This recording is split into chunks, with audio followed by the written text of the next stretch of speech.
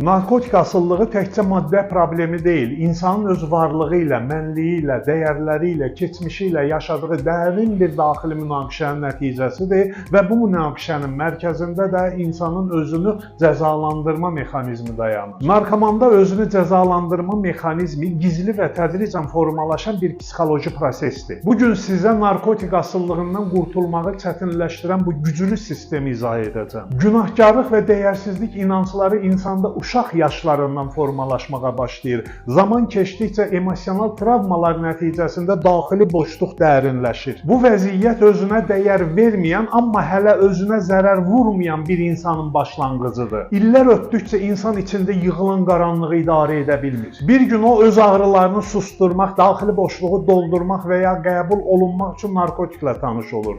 Bu adətən yüngül maddələrlə və dostların təsiri ilə baş verir. Sadəcə bir dəfə sınayacam deyərək qəbul edilən ilk dozada ağrı susur, daxili gərginlik azalır, insan sanki özünü tapır. Zaman keçir, narkotik vərdişə çevrilir və dağıntılar başlayır. Ana ağlayır, ata fikirlər içində siqaretini tüstülədir, bacı qapını açmır, dostlar yoxa çıxır. Birdən o güzgüyə baxır və kədərlə deyir, mən insanlara çox zərər vermişəm, axı özümü necə bu qədər alçalda bildim, artıq mənim düzəlməyimdən keçib. Bu vicdanın oyanma anıdır, amma müsbət nəticə vermir, çünki insanın içindəki günahkarlıq inancı daha da güclənir. Diqqət edirsinizsə, insan özünü tənqid etmir, təqsirləndirir. Çünki tənqid özünü dəyişmək istəyindən, təqsirləndirmə isə özünü cəzalandırma istəyindən doğur. Növbəti mərhələdə insan özünü məhv etməyə yönəlir, çünki buna layiq olduğuna inanır. Mən bu əzaba layiqəm, bəlkə ölsəm hər şey düzələr. Artıq narkotik sadəcə rahatlıq yox, həm də intiqam alətinə çevrilir və hər bir doza özünü cəzalandırmaq üçün atılan bir addım olur. Zəifliyi sədaqət, əzabı ədalət, özünü məhv etməyi təmizlənmə kimi qəbul edir. O hesab edir ki, özünə nə qədər çox zərər verərsə,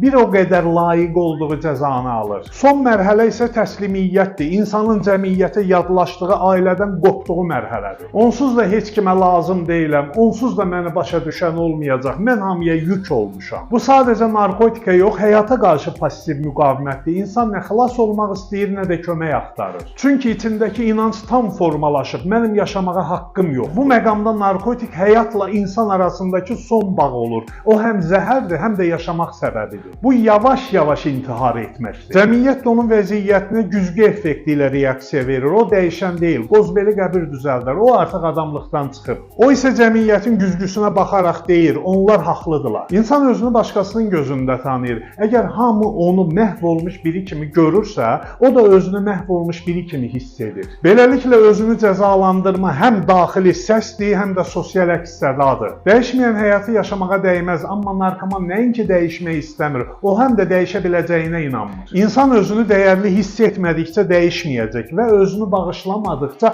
özünü cəzalandıracaq. Əgər narkoman bir gün yaşamağa dəyərmi sualına bəli cavabını verərsə, bu onun ikinci doğuluşu olacaq. Mən asıllıqlarla işləyərkən insanın özünü şuurlu səviyyədə bağışlaması və özdəyərin yüksəldilməsi çalışmalarına xüsusi həssaslıqla diqqət edirəm. Çünki keçmişin yükü o qədər ağır olur ki, onları normal ünsiyyətlə dəyişmək mümkün olmur. Mütləq şuuraltının dərinliyinə enmək lazım gəlir. İnsan o zaman məhv olur ki, özünü dəyişmək haqqından da məhrum olur. İnsanın ən dərin azadlığı özünü məhv etmə gücündə yox, özünü bağışlama cəsarətində gizlidir. Fikirləriniz çox maraqlıdır.